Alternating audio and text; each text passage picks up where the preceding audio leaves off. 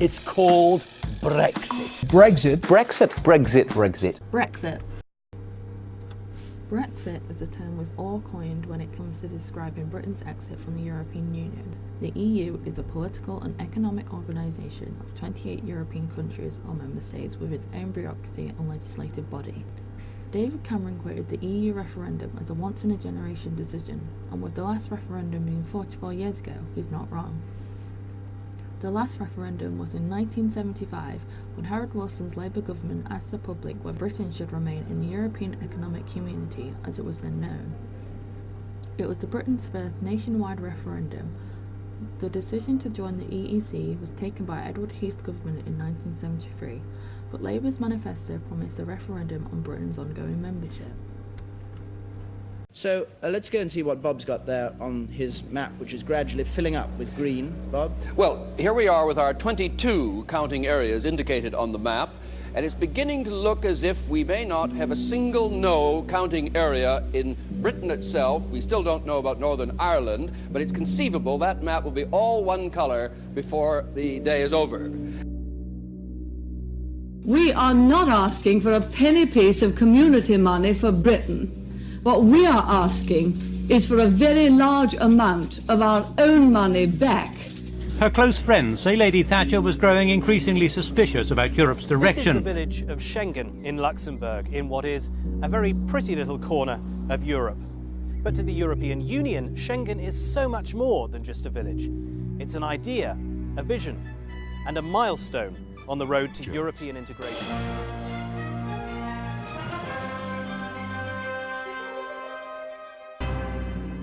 Good evening. After months of debate and division, the government has finally ratified the Maastricht Treaty. But it happened as Europe's money markets were in turmoil. The little-known UK Independence Party, or UKIP, are fed up with what they regard as a pro-European conspiracy among the major parties. The UKIP believe their time has come. What started as a murmur in the pubs and clubs and wherever people congregate in this country is now beginning to reach a crescendo roar. And what people are saying is, get Britain out. Received the largest share of votes that any Conservative leadership candidate has received in any seriously contested election. I believe that has put to rest any question and any speculation about the leadership of the Conservative Party up to and beyond the next general election. It's about time that my own country recognised that our interests are best served by not being a member of this club. Most people in the UK thought we joined a free trade area, but this crisis demonstrates it is anything but that. While the UK has obeyed EU law to the letter, other countries are running a cart and horse through the rulebook.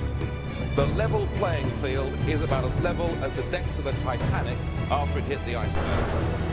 For 300 million Europeans, from grocery shoppers in France to bankers in Germany, today was the first workday for their new common currency, the euro. There is no doubt that on the doorstep, in local communities, immigration has suddenly become very high in the agenda. Why?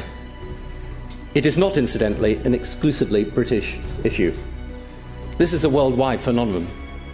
Immigration has dominated elections. You said there'd be no surrender of the UK rebate. Well, it seems to me that you've given away £7 billion of British taxpayers' money for nothing in return. You accept that this is the end of the treaty? I think what's important now is to have a time for reflection. We have the Dutch referendum in a couple of days' time.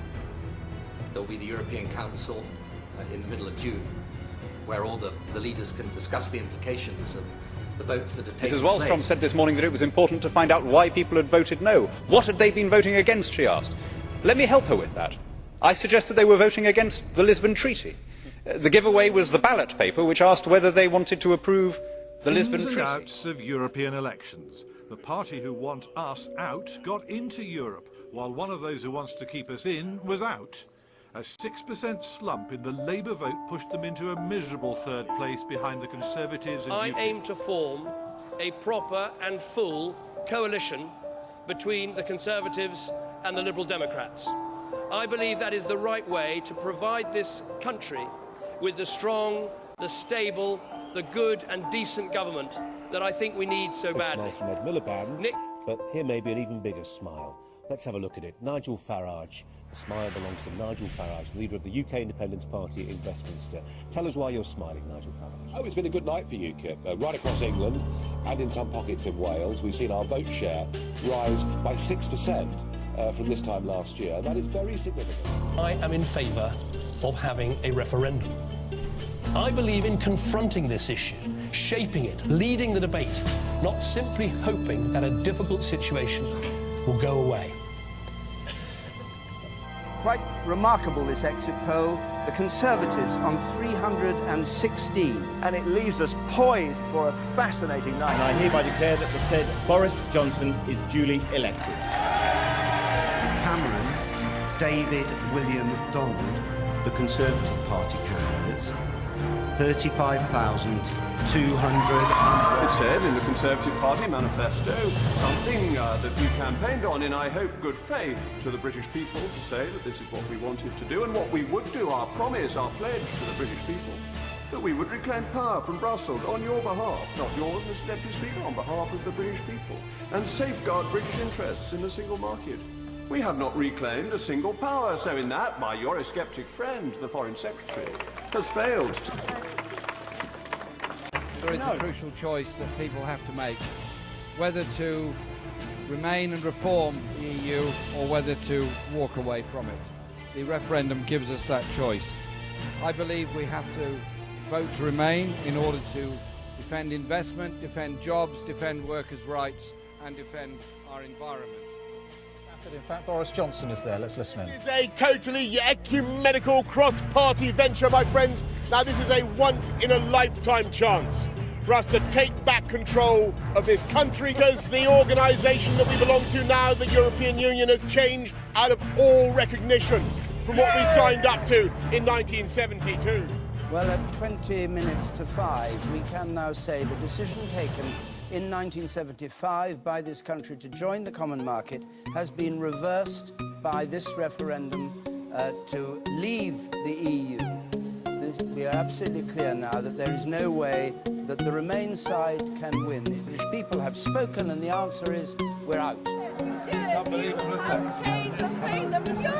And these were the celebrations just moments before the BBC called the result. This will be a victory for real people, a victory for ordinary people, a victory for decent people.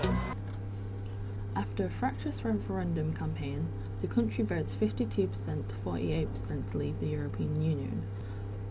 David Cameron, who called the referendum partly for party political reasons and campaigned to remain, resigns. That leaves the way open for May, who also backed Remain, to become Prime Minister and take on the job of pushing through Brexit in one form or another. But why did people vote to leave, and why were the results so unexpected? A division of generations.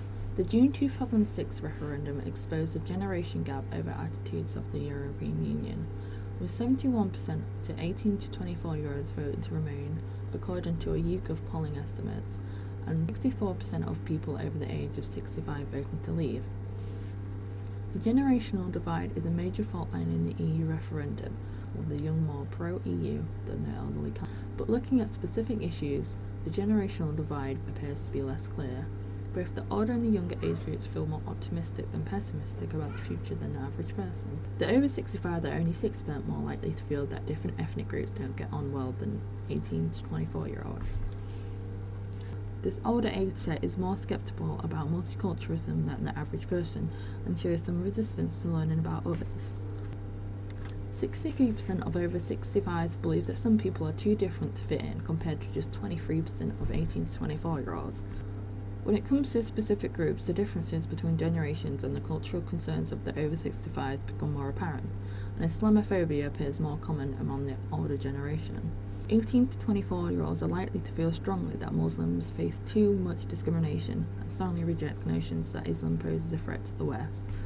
On Brexit, the generational splits are clear. The over 65s are optimistic about Brexit. 77% believe we can thrive outside of the single market, while only 28% of under 25s agree. Most older voters believe leaving the single market is a price to pay to end free movement into the UK, while most under 25s reject that possibility. The younger generation evidently fears the outcome of Brexit, while the vast majority of over 65s would feel angered if the UK reversed its decision to leave the EU. There is room for common ground between the generation, and age divides may not be as ingrained as we thought. There is room for concern. However, Brexit is clearly a huge factor separating the young from the old, which could widen the gap as negotiations begin. Anti-immigration. Anti-immigration groups like the UK Independence Party have gained increasing support. Formed in 1991, UKIP has always been a single-issue party. It wanted the UK to leave the EU, and it slowly built momentum, gaining more than 3% of the national vote in 2010. Never won a seat in Parliament until then, it did build a formidable presence in the European Parliament, an irony that many of its members were being paid by an institute it was always trying to undermine.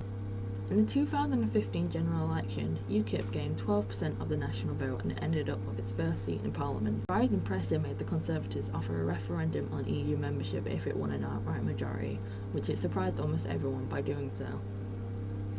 UKIP could outrightly be cited as Britain's first mainstream far-right party, despite their main policies being about lowering taxes and bashing Brussels.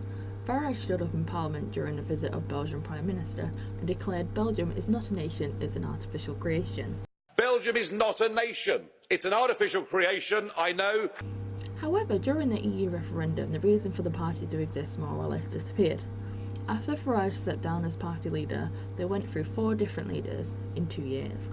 However, the party is making a comeback, but with a notable shift towards the right, despite UKIP trying to keep a lid on its far-right tendencies. The party still has a rule in place banning ex-member of far-right groups from joining. The party's major shift and change is down to one person, Gerard Batten, who has pushed UKIP towards an anti-Muslim prejudice. They've become a worrying threat because they have a platform which is really far-right, while public perception which is often more moderate. During the UKIP September 2018 conference, Batten announced a series of new policies within the interim manifesto. Some of these included repealing the Equality Act, introducing special checks on immigrants from Islamic countries, and even the possibility of a Muslim-only prison. These ideas, which used to be on the very fringe of political life, now are repeated more and more by mainstream politicians. This allows for their ideals to be normalised. Despite these aspects, the uncertainty of Brexit is still unknown, regardless of Boris' attempt to get Brexit done. So is Brexit a gone deal, or are we just in another waiting game? And I, of course, want to congratulate absolutely everybody involved in securing the biggest Conservative majority since the 1980s. Which was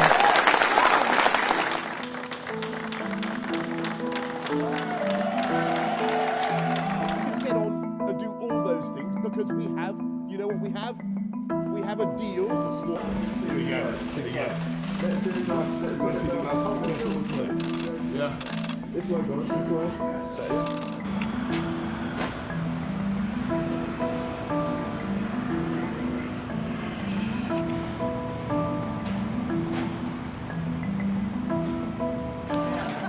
And with this mandate and this majority, we will at last be able to do what? You've been paying attention. This election means that getting Brexit done is now the irrefutable, irresistible, unarguable decision of the British people. And with this election, I think we've put an end to all those miserable threats of a second referendum.